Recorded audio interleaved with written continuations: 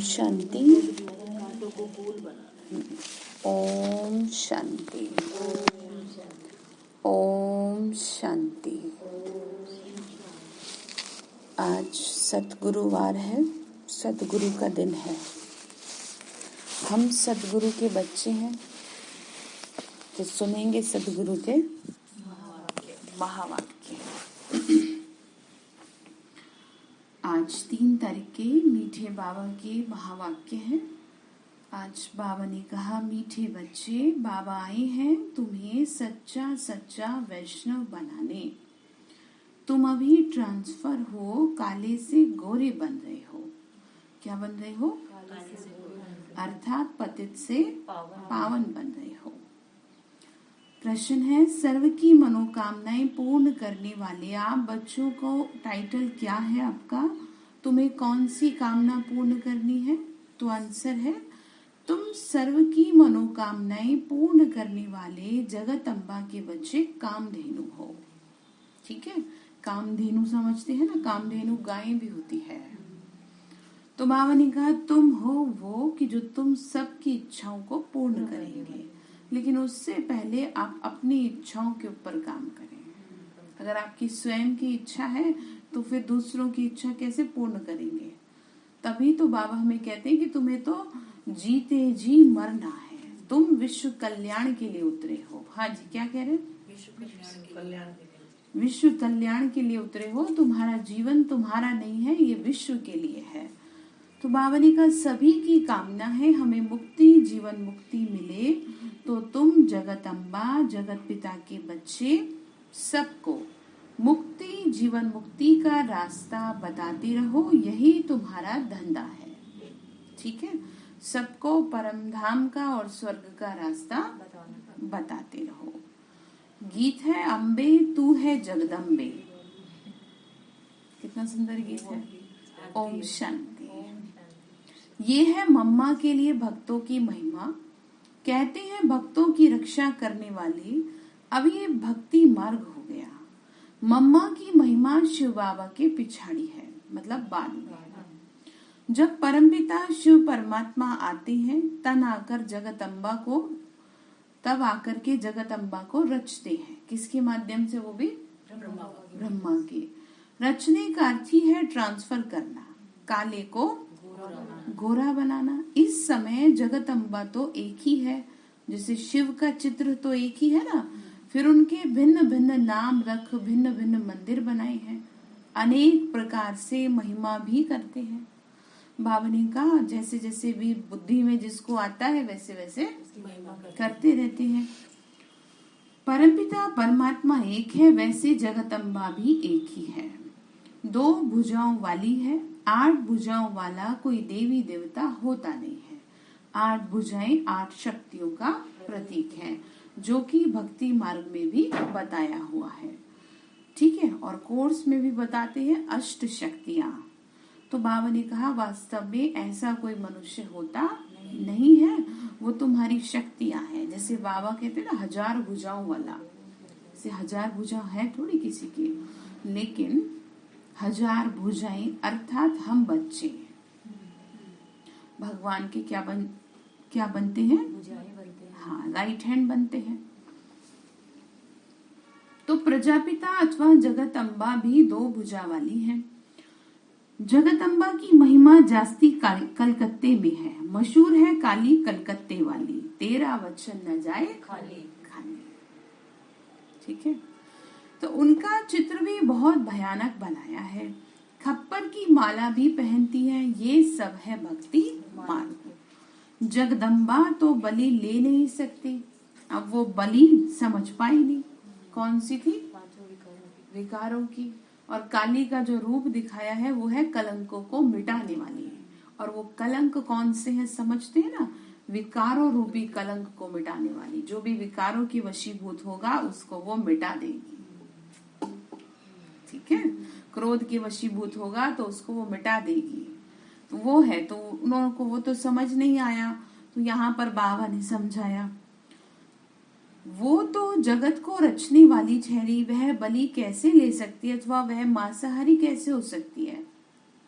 ना, अगरबत्ती आप यहाँ से हटा दो। तो उनके मंदिर न सिर्फ कलकत्ते में है परंतु बहुत जगह है। माता अपने बच्चों की बलि थोड़ी ही लेगी।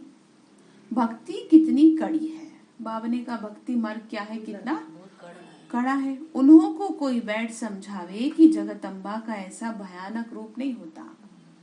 ठीक है, वो तो बहुत मोहिनी है। देखो ना कितना सुंदर रूप है देवी का। और कई जगह तो वैष्णो देवी के, शेरावाली के इतने सुंदर मंदिर बने हैं कि नजर ही नहीं हटते। तो बाबा ने कहा वो तुम्हारे ही मिसाल है। तुम जितना स्वयं को अंदर से सुंदर करते हैं उतना ही मनुष्य आत्मा भक्ति मार्ग में तुम्हारे सुंदर सुंदर चित्र बनाते हैं। बाबा ने कहा ऐसा नहीं है कि वो बलि लेते हैं। उनमें भी एक है वैष्णो देवी, दूसरी है मांसाहारी। अब जो मांसाहारी है वह वैष्णव बनती है। भल मम्मा तो कुमारी है, शायद कुछ ना भी खाया हो। जगदम्बा ब्रह्मा की बेटी कुमारी ठहरी। अब कुमारी को फिर अम्बा कैसे कहा जाता है ये समझने की बात है। कलकत्ते में बहुत पूजा होती है, बहुत भयानक शक्ल बना दी है। तो बाबा ने कहा बच्चे ऐसी तो कोई देवी होती नहीं। इसको बिल्कुल अपने से मैच करो। जब क्रोध आता है तो कैसी शक्ल हो जाती है। चलो ये सब भी छोड़ो, आप देखो पार्वती कितनी सुंदर है। सब सुंदरों में, मतलब सब सुंदरियों में सबसे ज्यादा सुंदर पार्वती जी को कहा जाता है। लेकिन जब उन्हें क्रोध आता है तो उनका चेहरा कैसा काला पड़ जाता है। तो समझ गए यहाँ पर। तो बाबा ये कह रहे हैं कि इतनी भयानक तो किसी की शक्ल होती नहीं। अर्थ को बिना समझे क्या कर दिया, अर्थ का अनर्थ बना दिया। तो जगदम्बा की तो ऐसी शक्ल हो न सके। वह तो सबकी मनोकामनाएं पूर्ण करने वाली है। वह सच्ची सच्ची वैष्णव देवी है। उसके पिछले जन्म में जरूर मांसाहारी होगी। बाबा ने कहा ना ऐसे तो होता नहीं। फिर वैष्णव अथवा पावन देवी गुण वाली बन रही है। सारी ये बात ना बाबा बोल रहे संगम युग की है। तो जगदम्बा के मंदिर में जाकर महिमा करनी चाहिए। पहले बताना है निराकार आत्माओं का बाप कौन है, एक शिव बाबा है। बाबा बोल रहे बच्चे फिर साकार प्रजापिता ब्रह्मा भी एक है। ब्रह्मा की बेटी सरस्वती भी एक है। वह कभी बलि आदि नहीं लेती। पहले सुंदर थी, अब सांवरी हो गई है। फिर से सुंदर बनेगी। तो फिर से सब क्या बन रहे हैं, सुंदर बन रहे हैं। तो सारा कुटुंब ही सुंदर बन जाएगा। ठीक है। बहुत जगह अम्बा को दो भुजा वाली ही दिखाते हैं। समझाने से कोई तो समझ भी जाएंगे और कोई तो उल्टा झगड़ा ही करेंगे। हंगामा करने में देरी नहीं करेंगे। तो समझाने में होशियार चाहिए। तो समझाए ऐसे कि जो कोई भी हंगामा ना खड़ा करे, सभी की बात को लेते हुए समझाए। तुम बच्चे हो कल्याणकारी। मम्मा भल पहले कलकत्ते में गई थी परंतु ऐसी मुरली नहीं चली थी। जगदम्बा एक है, तुम अनेक अनेक बच्चियां हो। नाम तो एक ही होगा ना, तो एक के ही अनेक मंदिर बना दिए, एक के ही इतने सारे रूप बना दिए हैं और वो रूप अलग अलग अवस्था के हैं। ठीक है। तो अब कलकत्ते में भक्तों को इस पूजा से छुड़ाएं कैसे। उन्हों को भी तो पूज्य तो बनाना है ना। तो वहां जाकर कोई समझावे। इस समय वह जगदम्बा सबकी मनोकामनाएं पूर्ण करने वाली बैठी है। वह है कामधेनु। किस रीति से वह कामनाएं पूर्ण करती है ये कोई नहीं जानता। तुम हो कामधेनु जगदम्बा की बच्चियां। सिर्फ गौ माता नहीं, पुरुष भी है। वह भी बहुतों की मनोकामनाएं पूर्ण करते हैं। तुम्हारा धंधा ही है सबकी मनोकामनाएं पूर्ण करना। कहा भाई भी सेंटर्स चलाते हैं।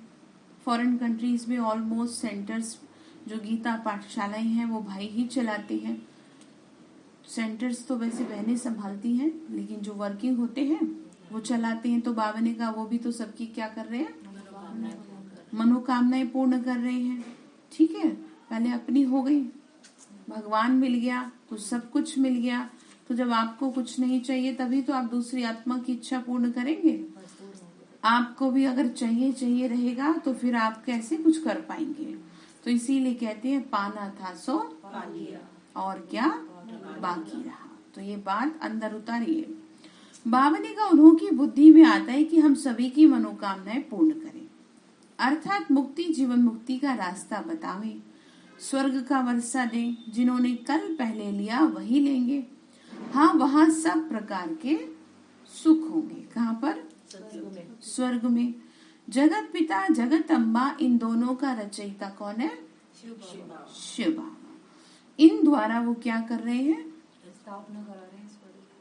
हम रच रहे हैं, ब्राह्मण रच रहे हैं। बताओ। नई सत्य की स्थापना कर और पालना कर रहे हैं, और सांवरे से घोड़ा बना रहे हैं, और सबकी मनोकामनाएं। Very good. सबकी क्या कर रहे हैं? मनोकामनाएं पूर्ण कर रहे हैं। तो बाबा ये कह रहे हैं कि मैं मनोकामनाएं पूर्ण कर रहा हूँ इनके द्वारा। कलकत्ते में बहुत पूजा होती है, कोई किसको मानने वाले होंगे, कोई वैष्णो देवी को भी मानने वाले हैं। वह तुम्हारी बातों से झटराजी हो जाएंगे। अर्थ समझ में आएगा तो बोलो। तुमको राज्य भाग्य मिला हुआ था इस जगत अम्बा से। क्या कह रहे हैं? हाँ जी, राज्य भाग्य मिला था जगत अम्बा से। जगत अम्बा को फिर कहाँ से मिला? शिव बाबा से। वो कौन है? पिता से। जगत पिता से। उनको कहाँ से मिला? शिव बाबा से, जो सारी सृष्टि का रचयिता है। तुम अच्छी रीति समझा सकते हो। जगत अम्बा को सब मानते हैं, जरूर जगत अम्बा और जगत पिता को भी वर्षा शिव बाबा से मिलता है, फिर उनके द्वारा बच्चों को मिलता है। जगत अम्बा एक है, दो भुजाओं वाली है, बहुत भुजाएं नहीं है। ठीक है, बहुत भुजाएं शक्तियों का प्रतीक है। तो बाबा कह रहे सरस्वती ब्रह्मा की बेटी है, ज्ञान ज्ञानेश्वरी, परंतु उनका रूप तो भयानक दिखा दिया भक्ति मार्ग में। जिसको जैसी समझ मिल आई वैसे ही उन्होंने कर दिया।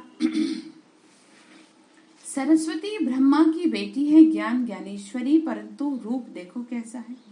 तो उस पर समझाना चाहिए कि जगत अम्बा का ऐसा भयानक रूप होता नहीं। वो तो बहुत सुंदर रूप है, बहुत लुभावना रूप है। जितने भी देवी देवता हैं वो अट्रैक्टिव इसलिए हैं क्योंकि वो अंदर से क्या है, बहुत साफ सुथरी आत्माएं हैं, शुद्ध आत्माएं हैं।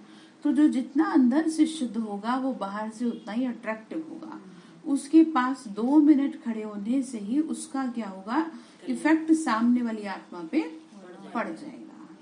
तो ये होता है अंदर से साफ सुथरा होने की बात। और कईयों की बाहर से पर्सनैलिटी तो बहुत अच्छी होती है लेकिन अंदर से अच्छी नहीं होते, तो इम्प्रेशन और इफेक्ट दोनों ही खराब पड़ता है। तो यहाँ पर आपको एक चीज सीखनी है कि आप ये देखो कि आप ये भी तो सेवा है, चरित्र से सेवा करो। आपके साथ में बैठ करके लोगों को कैसा महसूस होता है, आपसे बात करके कैसा फील होता है, अच्छा फील होता है, तो उसका मतलब आप अपने अंदर काम कर रहे हैं। ठीक है, क्योंकि बाबा कहते हैं, बहुत ध्यान से सुनेंगे, कि तुम्हें सर्टिफिकेट औरों से लेना है। जब और लोग आपको सर्टिफिकेट दे दें तब समझना कि सही ट्रैक पे आप चल रहे हैं।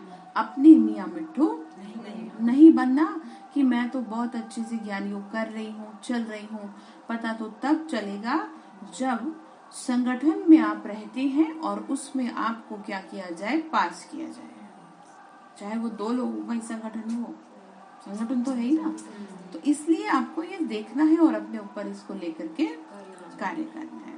तो बाबा ने कहा सतो प्रधान मनुष्य से फिर तमो प्रधान बनते हैं, तमो प्रधान मनुष्य फिर सतो प्रधान मनुष्य को पूजते हैं, मनुष्य से फिर तमो प्रधान भावनी का पूजते हैं। जगत अम्बा मनुष्य ठहरी।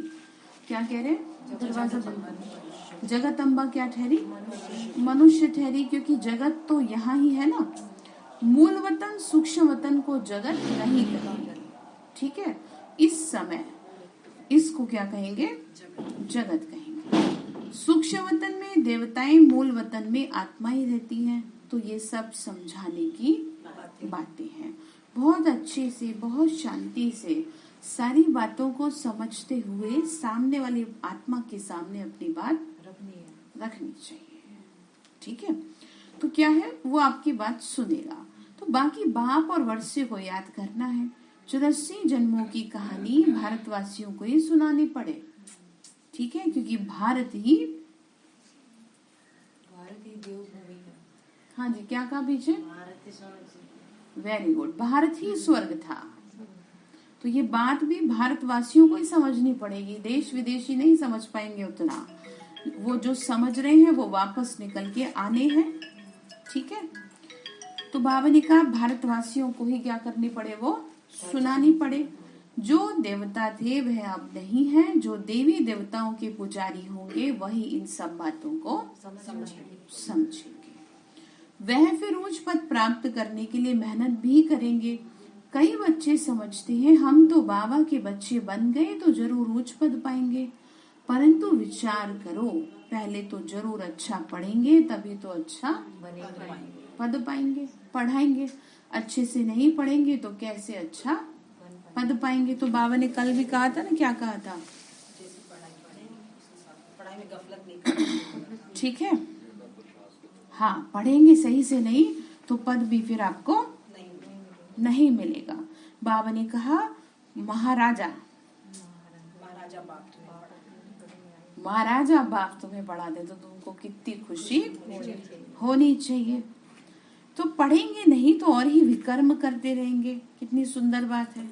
आप ज्ञान योग नहीं कर रहे, आप नहीं अपना रिपोर्टिंग कर रहे बाबा को, तो डेफिनेटली आप किसी न किसी गलत चीज में पड़े हुए हैं, अव्यर्थ में पड़े हैं। इसीलिए आप लोगों को कितनी बार समझाइए ये बात कि अगर कभी भी आपकी मिस होती है क्लास तो आप मैसेज करें, अपनी रिपोर्ट करें, ठीक है। तो जब आप रिपोर्ट करेंगे तो ये भी आपको ये ध्यान रहेगा कि मेरा मन ठीक है ना, क्योंकि अगर डाउन रहेंगे तो फिर आपको खुद पे काम करना पड़ेगा। आप समझ रहे क्या कह रहे हैं? आपको बाबा को बताने के लिए तो खुद को सही रखना ही पड़ेगा। नहीं तो आप अगर किसी को नहीं बताना होगा तो आप सोचोगे कि चलो छोड़ो, मैं जैसे दुखी हूँ वैसे ही चुप बैठी रहूं। अगर उदास है तो उदास ही बैठे रहेंगे। एक दिन सेंटर जाने को मन नहीं करा, फिर दूसरे दिन भी वैसे ही खींचेगा आपको मन आपको, क्योंकि मन को ना एक आदत अगर पड़ जाएगी तो वो सही ट्रैक पे फिर नहीं चलेगा। तो इसीलिए मन को कोई भी खराब आदत पड़ने ना दे। पहले शुरुआत में थोड़ा सा मुश्किल लगेगा, लेकिन अगर शुरुआत में ही खुद को संभाल लिया तो फिर संभल जाओगे।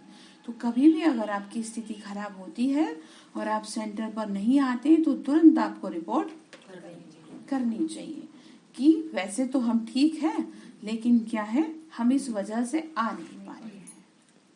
तो बाबा बोल रहे बच्चे नहीं पढ़ेंगे तो विकर्म होंगे। तो एक तो सजा खानी पड़ेगी, फिर दूसरा जाकर नौकर चाकर दास दासियां बने।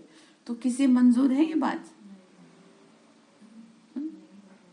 तो काम करो खुद पे, खुद को पाप कर्मों से मुक्त करो, क्योंकि विकर्मों का बोझा बहुत है। बाबा ने कहा थोड़ा बहुत नहीं है, 63 जन्मों के पाप हैं जो सर पर है। तो जन्म जन्मांतर दासी बने, पिछाड़ी में पद पाया तो क्या हुआ, इससे तो प्रजा को बहुत धन मिलता है। बाबा ने कहा वह किसी के दास दासियां नहीं बनते। ये सब समझने की बातें हैं। बाकी मूल बात बाबा आज समझा रहे थे। तो वैष्णो देवी ही लक्ष्मी बनती है। लक्ष्मी का मंदिर बड़ा व वैष्णो देवी का मंदिर बड़ा? क्वेश्चन। तो महिमा किसकी बड़ी है? वह है ज्ञान ज्ञानेश्वरी। लक्ष्मी को ज्ञान ज्ञानेश्वरी नहीं कहेंगे, इसीलिए महिमा जगत अम्बा की है। वो कौन है? वैष्णो देवी, ठीक है। बाबा ने कहा बड़ा मेला भी उनका लगता है, ठीक है।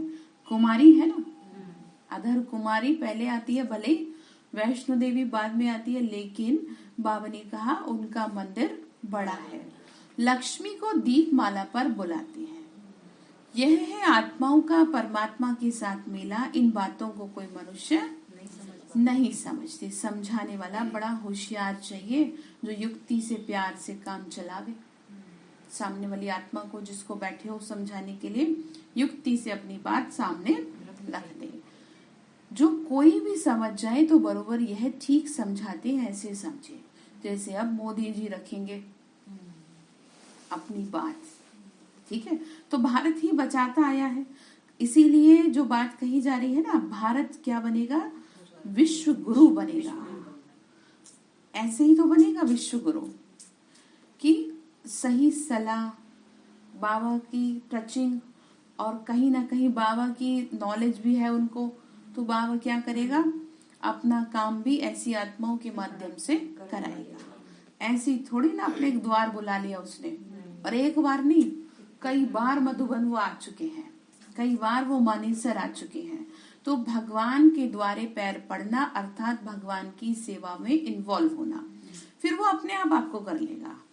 ठीक है, तो बाबा के वो महावाक्य याद करो कि होता रहेगा कुछ ना कुछ, लेकिन फिर से थोड़ी दिन बाद शांत हो जाएगा। थोड़ी सी आत्माएं शरीर छोड़ेंगी, लेकिन फिर शांत हो जाएगा। अब उनको शांत कराने के माध्यम कोई तो बनेगा। तो कहा ये जा रहा है कि यूक्रेन में भी क्या हो रही है, योग तपस्या हो रही है, और वहां की जो सेंटर्स हैं वो पूरी तरह सुरक्षित हैं, किसी को कोई भी परेशानी नहीं हो रही है। तो सोचो अब ये किसकी कृपा है, जहाँ उसके बच्चे बैठे आसपास सब कुछ खराब हो चुका है, लेकिन उसके बच्चों पर, उसके घरों पर बाल विवाह का उनका नहीं हुआ। तो ठीक है, तो ऐसे ही विश्व गुरु बन जाएगा भारत, क्योंकि उसको फिर स्वर्ग की उपाधि दी जाएगी। ऐसी थोड़ी दे देंगे, टाइटल मिलेगा, भारत सोने की चिड़िया है। तो बाबा ये समझा रहे, बाबा ने कहा फिर तुम अपनी बात रखो सामने, पहले क्या करो, तुम बाबा को बुलाओ, फिर प्यार से काम निकालो अपना, जो कोई भी आपकी बात को सुने और उसको समझे। तो बाबा फिर क्या कह रहे हैं, जो कोई भी समझ जाए तो बरोबर ठीक समझाते हैं। श्री लक्ष्मी कितनी सुंदर थी, लक्ष्मी नारायण की जो इतनी पूजा है वह भी पक्के वैष्णव है, जगदम्बा भी वैष्णव है। बाबा ने उन्हें राजयोग सिखाकर मनुष्य से देवता बनाया। यहाँ के वैष्णव नहीं, यहाँ तो रहते ना, कहीं जाते तो लिखा रहता है वैष्णव भंडारा, ठीक है, तो वो वैष्णव की बात नहीं है, यहाँ पवित्रता की बात है। वो वैष्णव तो क्या करते हैं, हाँ उसमें भी होता है कई जगह, ब्राह्मण है इसलिए कह दिया भाई वेज मिलेगा, होता नहीं। तो बाबा ने वो वैष्णव की यहाँ बात नहीं है, यहाँ पवित्रता की बात है। तो बाबा ने उन्हें राजयोग सिखाकर मनुष्य से क्या बनाया, देवता बनाया। तुम्हारी पूजा अभी नहीं हो सकती, क्यों नहीं कर रही पूजा, कितनी सुंदर बात बताई, क्या बता रहे हो आप, हाँ स्थिति सही नहीं रहती। अब आपकी स्थिति अगर ऐसी रहेगी तो कौन कहेगा, कहेंगे ये देवी है। अभी थोड़ी देर पहले तो ये लड़ाई कर रही थी, इन्हें कैसे देवी बता दें। तो इसीलिए बाबा ने कहा तुम्हें अभी कोई टाइटल नहीं मिलेगा। बाबा ने कहा चाहे वो 40 साल से चल रहे हैं, चाहे वो 20 साल से चल रहे हैं, किसी को टाइटल नहीं देंगे, क्योंकि गड़बड़ तुम बहुत कर रही हो। इसीलिए है ना, बाबा बोले बाबा ने तुमको राजयोग सिखाकर मनुष्य से देवता बना रहे हैं, बनाया है, लेकिन पूजा नहीं हो सकती, क्योंकि शरीर भी तो क्या नहीं है, पवित्र नहीं है। हाँ, मन को तो फिर भी बाबा इतना हमारे पे काम करवा रहे हैं कि जो इतना करने लगे हैं। पहले तो पता ही नहीं किसके दिमाग में क्या चल रहा है, अब तो सोचते हैं कि मैं गलत सोच रही हूँ, रुक जाते हैं ना, तो शुक्रिया करें। तो तुम संपूर्ण बन जाते हो जब, तो तुम्हारा शरीर बदल जाता है, तो तुम क्या हो जाते हो फिर, बताओ, हाँ जी, आप बताओ, अंतबन क्या बन जाते हो, पूजा लायक बन जाते, शरीर भी पवित्र, मन भी पवित्र। आजकल तो शिवोम के है बैठ पूजा कराते हैं, उन्हों में भी एक मठ है जो अपनी पूजा नहीं कराते। अब शिव तो है निराकार, वे अपनी पूजा कैसे करावे। देखो शिव बाबा इसमें आते हैं तो अपनी पूजा थोड़ी कराते हैं, बाप तो आकर पुजारी से क्या बनाते हैं, पूज्य बनाते हैं। पूजा करना कैसे सिखलाएंगे, शिव बाबा कुछ भी करने नहीं देते, ना तो पूजा करने देते, ना पैर छूने देते, न हाथ लगाने की परमिशन है। ठीक है, तो कहने का तात्पर्य ये है, ये सारे काम करे तब जाएंगे जब किसी का शरीर हो। अब भगवान तो है निराकार, और यहाँ पर एक दूसरी बात ये है कि हम पूजा भी क्यों करें, हम सीधी बात क्यों ना करें, क्यों, कभी किसी को देखा है किसी अपने जीते जागते पिता की पूजा करते हुए? क्या कहेंगे? पागल हो आप, मूर्ख हो आप, ऐसे कह देंगे ना। और कभी देखा है कि माँ बाप की कोई मम्मी मम्मी या पापा पापा क्या कर रहा हो? माला फेर रहा हो। तो माँ बाप समझ जाएंगे कि तुम्हें कुछ चीज चाहिए तो तुम ऐसे बोल दो, तुम ये ड्रामे ना करो। तो बाबा भी ये कहते हैं शिव शिव शिव शिव करते रहो, क्या होगा उससे? तो है वो वाली बात हो गई कि ना राम राम जपना पराया माल मेरे साथ अपना, वो हो गया। तो बाबा हमें ये थोड़ी सिखाते हैं। बाबा तो बोले बच्चे मैं तुम्हारा पिता हूँ, तुम सीधी बात मेरे से बैठ के क्यों नहीं करते? क्या दिक्कत क्या है मेरे से बात करने में? तो बोले कि ज्योति बिंदु पे बुद्धि नहीं टिकती। तो शरीरों को देखते रहेंगे तो बुद्धि ज्योति बिंदु पे टिकेगी कैसे, ये बता दो। तो कितना अच्छा आपको मैंने एक माध्यम बता रखा है। अगर आपकी बुद्धि ज्योति बिंदु पे ना टिके तो ब्रह्मा बाबा के मस्तक में देखो, तो धीरे धीरे आपको आदत पड़ जाएगी किसे देखने की? ज्योति बिंदु को देखने की, है ना। फोन 100 बार खोलते हैं, फोन में ज्योति बिंदु लगा लो, ठीक है, तरीके निकालो कैसे भी करके। कंक्लूजन ये है कि आप खुद को आदत डाल लो ज्योति बिंदु को देखने की। आपको कुछ दिखे ही ना, आपको सिर्फ वही दिखे। जैसी बाबा कहा ज्योति बिंदु दिखे, तुरंत आपको चमत्कार दिखने लगेगा, ठीक है। तो अपने आप आदत पड़ जाएगी। खुद को भी तो देखते रहते हैं शक्ल में बार बार, कम से कम 2-3 बार तो देख ही लेते हैं, ज्यादा ही देखते हैं। बाई जी ने कही है सही बात, तो तो किसको देखना है फिर? ठीक है, मैं आत्मा बैठी हूँ मस्तक में। तो बाबा ने कहा अब वह तो शिव निराकार अपनी पूजा बताओ कैसे करावे। बाबा ने कहा शिव बाबा तो कुछ करने देते नहीं, राम राम भी मुख से नहीं कहो, केवल बाबा को याद करो। याद करना कोई जाप नहीं है, याद ऑटोमेटिकली रहती है। जिससे प्यार होता है वो बुद्धि में समाया रहता है, उसका नाम नहीं जपते रहते 24 घंटे, ठीक है। तो अब दुनिया में तो नाम जपने का बड़ा महत्व है। अब इस बात को कैसे कॉन्ट्राडिक्ट करेंगे कि बाबा तो कह रहे तुम नाम मत जपो और दुनिया में कहते नाम जपो, कैसे काटेंगे बात को? काटना नहीं है, अर्थ सहित अपनी बात को क्या करना है? रख देना है, क्योंकि जो कुछ भी नहीं करता उसके लिए वो भी सही है, ठीक है। अब कोई कुछ करता ही नहीं है। अब जैसे मैं आपको बताऊं, कई लोगों पे मैंने एक्सपेरिमेंट कराया था जो बिल्कुल मतलब ऑन बेड थे, तो उनको ये सिखाया गया जो बिल्कुल डेथ पर थे अपनी, कि आप क्या करवाएं उनसे, बस शिव बाबा शिव बाबा शिव बाबा करवाएं। तो जब ये करवाया गया उनसे कई कई घंटों तक, उससे रिजल्ट ये निकला कि उनको जो पहले महसूस होता था कि जैसे हमें बहुत कष्ट हो रहा है, अब वो कष्ट जैसे कि एसी की ठंडक मिलती है ना, उसमें तब्दील होने लगा। सिर्फ किस शब्द से? शिव बाबा करने से। क्योंकि उस समय उस और तो कुछ हो ना, जब अंदर में कष्ट हो रहा है, अब हाय हाय भी तो कर रहे हैं, तो क्यों ना क्या कर ले। तो ये जो बात है काटी नहीं जा सकती, ये अपनी बात को दूसरे तरीके से सामने क्या किया जा सकता है? प्रेजेंट किया जा सकता है कि आप इसको ऐसे समझिए, भगवान को पिता है और पिता के रूप में ही समझेंगे तो ज्यादा फायदा होगा। बाबा ने कहा बच्चा थोड़ी बाप का जाप जपेगा, तुमको भी जाप नहीं करना। जाप और याद में रात दिन का फर्क है। पॉइंट्स तो ढेर की ढेर हैं समझाने के लिए। ये भी जरूरी बात है कि यह भी बाप है, इनसे मिलता है बेहद का वर्षा। लौकिक बाप से हद का मिलता है, तो इस पारलौकिक बाप ने कल पहले भी वर्षा दिया, अब फिर देने आए हैं। बुद्धि में सारा दिन ज्ञान फिरना चाहिए, जिससे मनुष्य देवता बन जाए। देखो ज्ञान मार्ग में समझाने की बड़ी मेहनत चाहिए। क्या कह रहे?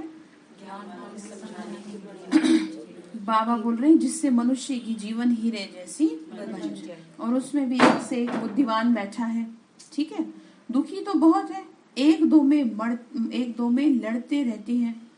बाप आकर ईश्वरीय संप्रदाय बनाकर फिर दैवी संप्रदाय बनाते हैं। इसीलिए लड़ाई झगड़े की तो यहाँ पर बात ही नहीं। ईश्वरीय दरबार में कोई आसुरी रह न सके। मूत पलीती कपड़ों को यहाँ बैठने का हुक्म नहीं है, मतलब समझ गए? पतितों को, ठीक है। बाप समझाते रहते हैं, बच्चे क्या समझाते होंगे? मुझे याद करो। आप बताओ बताओ। हाँ जी, क्या समझाते होंगे बताओ भाई जी, क्या समझाते हैं बाबा?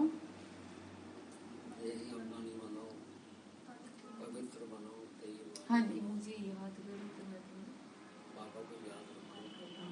देवता बनो। बाप समझाते हैं बच्चे कभी भी आपस में लड़ना झगड़ना। अब लड़ते तो है नहीं पर मुंह बना लेते हैं, नहीं तो अंदर संकल्प चला देते हैं। तो काम क्या करें? ये सब छोड़ दो अपने पे। अपने पे काम। ठीक है, तो क्या बोल रहे हैं बाप समझाते, क्या समझा रहे हैं? लड़ना अब ना आपको एक बात समझो, आपको ना नाराजगी भी नहीं जतानी चाहिए, क्योंकि अब ना समय नहीं है किसी से क्या जताने का। नाराजगी कुंडी लगा दो उसको, नाराजगी जताने का अब समय नहीं है। आप नाराजगी जता के बैठे रहो और आपका समय क्या होगा फिर? बर्बाद हो जाएगा, निकल जाएगा। तो है आपको किसी से नाराजगी? बाबा से दूर, सच से दूर। जरा अंदर अच्छे से देखो। हाँ भाई जी, नाराजगी है किसी आत्मा से? वेरी गुड, आपका हंसमुख चेहरा बता रहा है नहीं है। हाँ जी, हल्का बहन, नाराजगी है? देखो अंदर ध्यान से, है नाराजगी। अब आज से ये सीख लो, बाबा मुझे किसी से नाराजगी नहीं है, सब ठीक है, सब पसंद है, सब पसंद है। हाँ जी, किसी से करेंगे नाराजगी जताएंगे?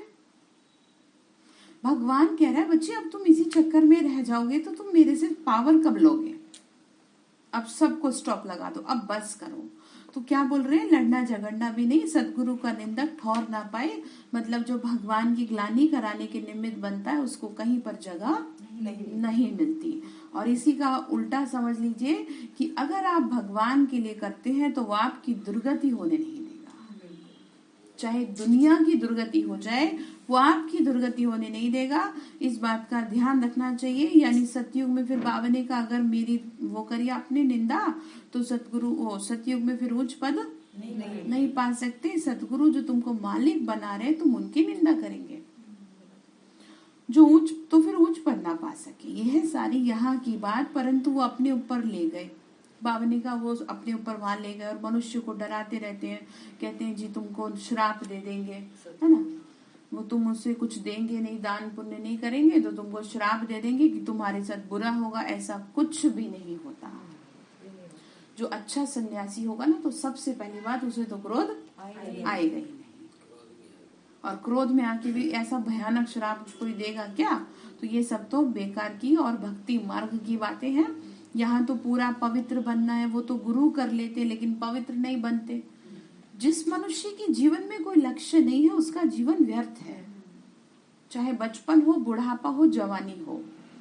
अगर आपको बुढ़ापे में ही ज्ञान मिला है तभी आपने कोई लक्ष्य नहीं निर्धारित किया तो आपका जीवन 100% व्यर्थ है। क्योंकि खाना और सोना तो जानवर भी करते हैं। आप क्या कर रहे हो? आपको 5 फुट का शरीर दिया भगवान ने, खाने और सोने के लिए दिया ही है। पूछेगा क्या किया तुमने, क्या जवाब दोगे? बाबा घर के काम दुनिया भर के दे हैं।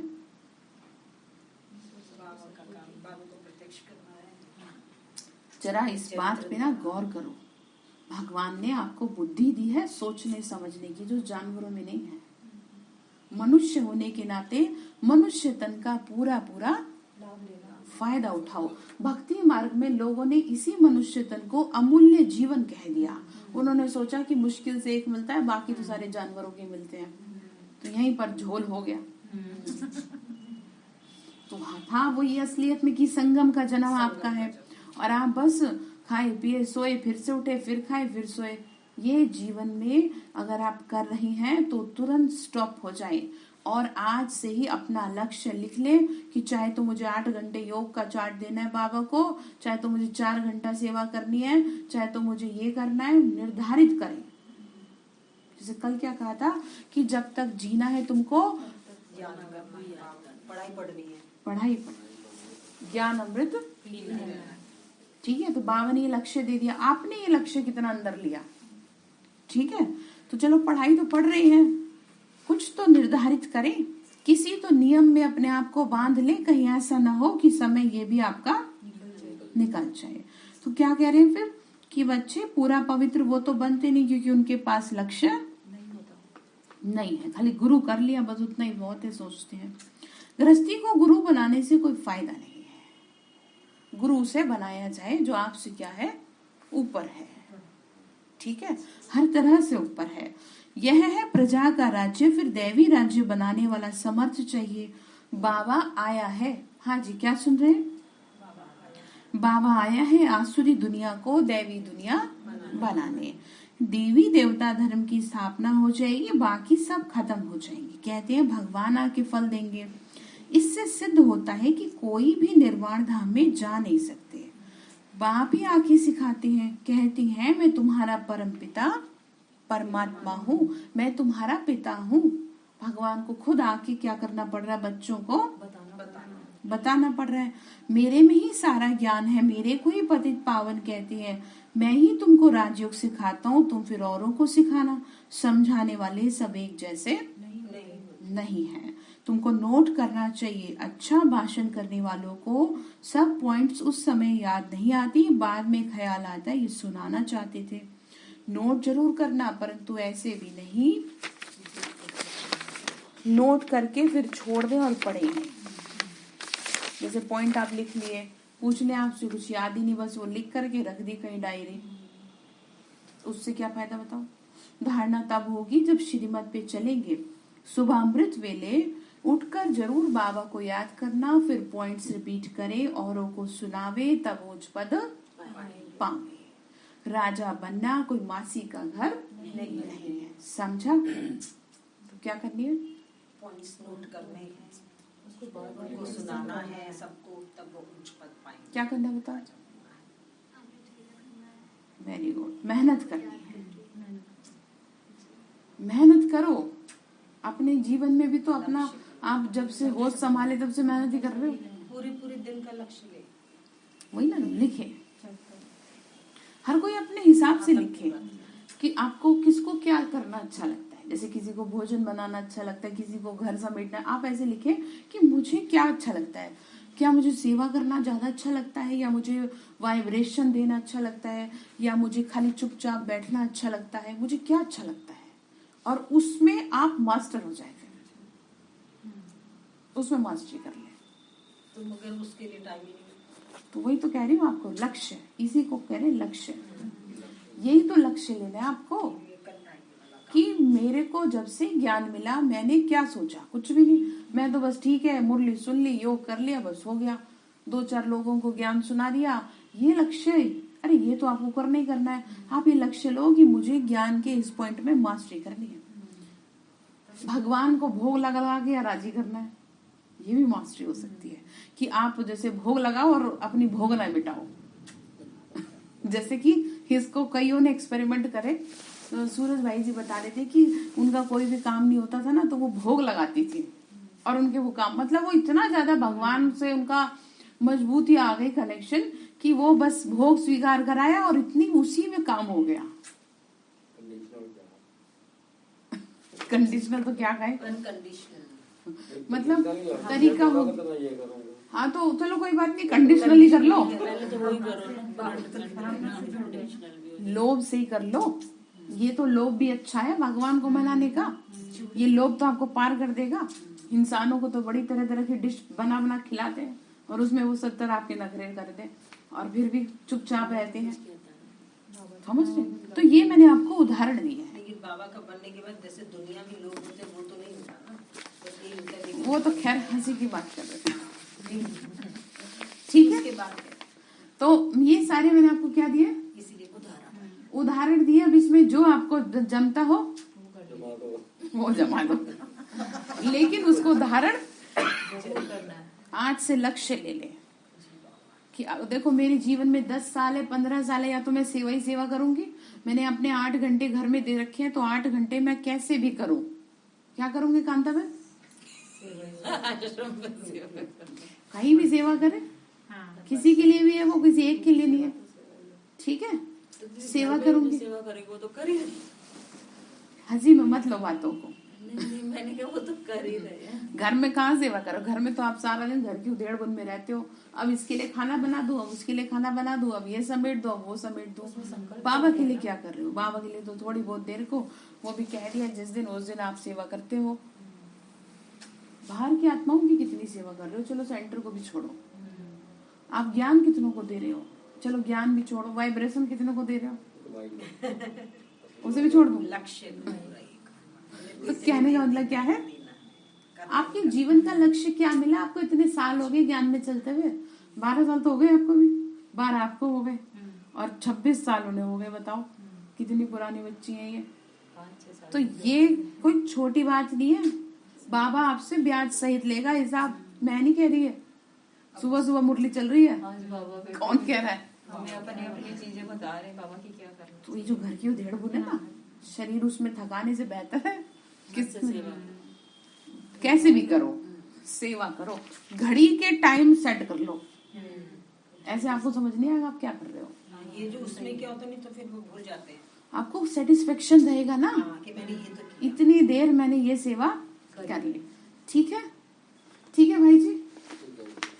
अच्छा, मीठे मीठे सिक्की लदे बच्चों प्रति माता पिता बाप दादा का याद प्यार और गुड मॉर्निंग।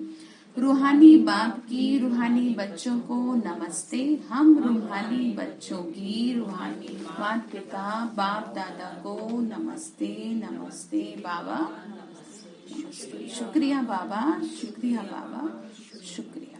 धारणा के लिए मुख्य सार है, पूज्य बनने का पूरा पुरुषार्थ करना है। ठीक है, अपनी पूजा नहीं करानी। तो क्या कहा, आत्मा और शरीर दोनों पवित्र होंगे तभी पूजनीय लायक बनेंगे। दूसरी पॉइंट है, होशियारी से समझदार बन कल्याण की भावना रख सेवा करनी। अब ये है पॉइंट आपके काम। होशियारी से समझदार बनना, अभी इतनी देर से क्या युक्ति से समझाना है। अगर आप सुनो, किसी बुद्धिवान से, किसी शास्त्रवादी व्यक्ति से, किसी बहुत पढ़े लिखे व्यक्ति से अगर आप कुछ कहने जा रहे हो तो होशियारी से काम करें, क्योंकि वो आपकी बात को काटेगा जरूर। आपके पास तुरंत जवाब होना चाहिए। जैसे बाबा ने आज पूरी मुरली में समझाया कि ऐसे ऐसे तो इन्हें समझाओ। तो ऐसे ही आपको क्या करना है, होशियारी से समझदार बन क्या करना है, कल्याण की भावना रख सेवा करनी। ठीक है जी, हाँ जी। डांट पड़ गई आज तो आपको नहीं, डांट भी जरूरी है वैसे। मुरली में बाबा की बातों का ध्यान रखना है ना। बाबा ने कहा, आज जैसे बाबा ने मुरली में यही बार बार समझाया कि किसी को कैसे समझाना है, ये काला क्यों है, ये बुरा क्यों है, सारी चीजों को बताओ। तो कल्याण की भावना रख सेवा करनी है। दैवी गुणों वाला सच्चा वैष्णव बनना है। वरदान दिया बाबा ने, परमात्मा प्यार में धरती के आकर्षण से ऊपर उड़ने वाले माया प्रूफ भव। अब ये भगवान का प्यार ही तो है जो आपको डांट डपट के समझाता है। हमेशा प्यार भी सही नहीं रहता ना, बच्चे बिगड़ जाते हैं। कभी कभी कड़वी दवाई भी देनी पड़ती है। थोड़ा सा बाबा भी तो कहता है, बच्चे कड़वी दवाई से क्या होता है, अंदर की बीमारी निकलती है। तो क्या कह रहे हैं कि मेरा प्यार जो है ना वो इतना ज्यादा है कि तुम अब इस धरती के आकर्षण से ऊपर उठ जाओ, तो अपने आप माया तुमसे दूर हो जाएगी। परमात्मा प्यार में धरती के आकर्षण से ऊपर उड़ने वाले माया प्रूफ भाव। ठीक है, तो क्या कहा, परमात्मा प्यार धरनी के आकर्षण से ऊपर उड़ने का साधन है। जो धरनी अर्थात देह अभिमान के आकर्षण से ऊपर रहते हैं उन्हें माया अपनी ओर खींच नहीं सकती। कितना भी कोई आकर्षित रूप हो, लेकिन माया की आकर्षण आप उड़ती कला वालों के पास पहुंच भी नहीं सकती। जैसे रॉकेट धरनी के आकर्षण से परे हो जाता है ना, ऐसे आप भी परे हो जाओ। ठीक है, हाँ। तो इसकी विधि है न्यारा बनना और एक बाप के प्यार में समाये रहना। इससे माया प्रूफ बन जाएंगे। तो किससे परे जाना है, देह भान से। हाँ, धरती अपने आप ही हो जाएंगे। तो आप कैसे होगे परे, सेवा करते रहोगे तो आपको दिमाग कहीं लगेगा ही नहीं।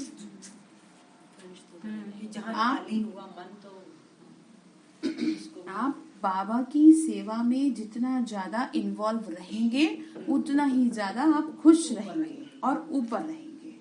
देह भान से, उतना ही आपको अपमान कम महसूस होगा, उतना ही आपको दुख कम महसूस होगा। फिर आपको ये जो खुशी है ना सेवा की, आपको उसमें पड़ने नहीं देगी।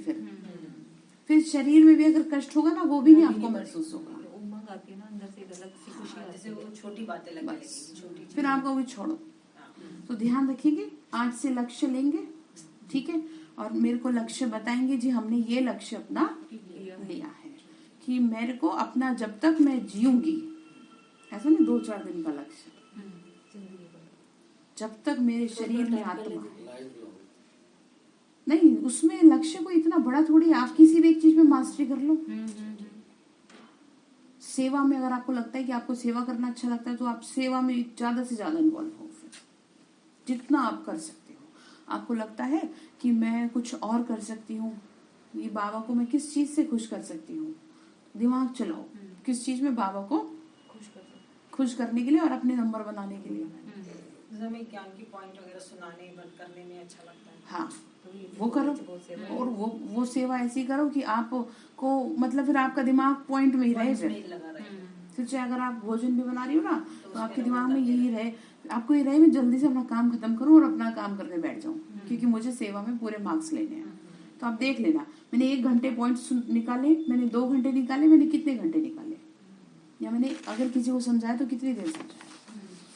ठीक है। स्लोगन है, स्वस्थिति को ऐसा शक्तिशाली बनाओ जो परिस्थितियां उसे नीचे ऊपर कर ना सके। ठीक है, स्वस्थिति को क्या करना है, शक्तिशाली बनाना। परिस्थिति समझ गए, कोई भी आपको ऊपर नीचे ना कर सके। तो 4 लाइनें हैं दादियों की पुरानी डायरियों से, अनमोल रतन है जो ज्ञान ही खुशी का फाउंडेशन अथवा थुर है, जिस फाउंडेशन पर ही सारे जीवन रूपी झाड़ का मदार है। अगर फाउंडेशन पक्का नहीं है तो वह खुशी अल्पकाल की है। जैसे अब आपका फाउंडेशन पक्का नहीं हो रहा, बस चले जा रहे हो, आपको यही नहीं पता कि आपको करना क्या है, आपको किस चीज में अपने आप को मजबूत करना है, या पवित्रता में मजबूत करो। ठीक है, तो क्या कह रहे हैं, फाउंडेशन। जैसे मायावी मनुष्य कहते हैं कि हम खुशी में हैं क्योंकि हमारे पास सब धन पदार्थ मौजूद हैं, परंतु हम जानते हैं कि उन्हें सर्वदा के लिए स्थायी खुशी नहीं रह सकती, क्योंकि उनके पास ज्ञान का फाउंडेशन नहीं है। यह तो ऐसे हुआ जैसे कोई साहूकार किसी फल का माल निकाल आप ही खा लेवे और उसका छिलका फेंक देवे, जिसे कोई गरीब उठा लेवे और उसे देख खुश हो जावे कि हमारे पास भी माल है। परंतु वास्तव में माल मालिक खा जाता है। ठीक है, हाँ, वैसे हम इन अल्पकाल मायावी सुखों को तुच्छ समझ इस अविनाशी ज्ञान से ईश्वरीय स्थायी अतीन्द्रिय सुख को प्राप्त कर रहे हैं, और वे अल्पकाल क्षणभंगुर सुख देने वाली माया को, जिसमें वास्तव में कोई सुख नहीं है, उसकी पिछाड़ी चटक उसकी रसना ले रहे हैं, उसमें ही सुख समझ बैठे हैं और इसे ही घमंड में रहते हैं कि हमारे पास भी कोई माल है। अच्छा, ओम शांति। ठीक है, तो आज का लक्ष्य क्या है, आज होमवर्क क्या है आपका, अब हाँ ठीक है, चाहे प्राण जाए पर वचन ना जाए, बाबा से वादा कर लेना है। चाहे मेरे घर में कितनी समस्याएं, चाहे कुछ भी घर में ऊपर नीचे होता रहे, पर लक्ष्य ना मैं अपना भूलूं। ठीक है, ओम शांति।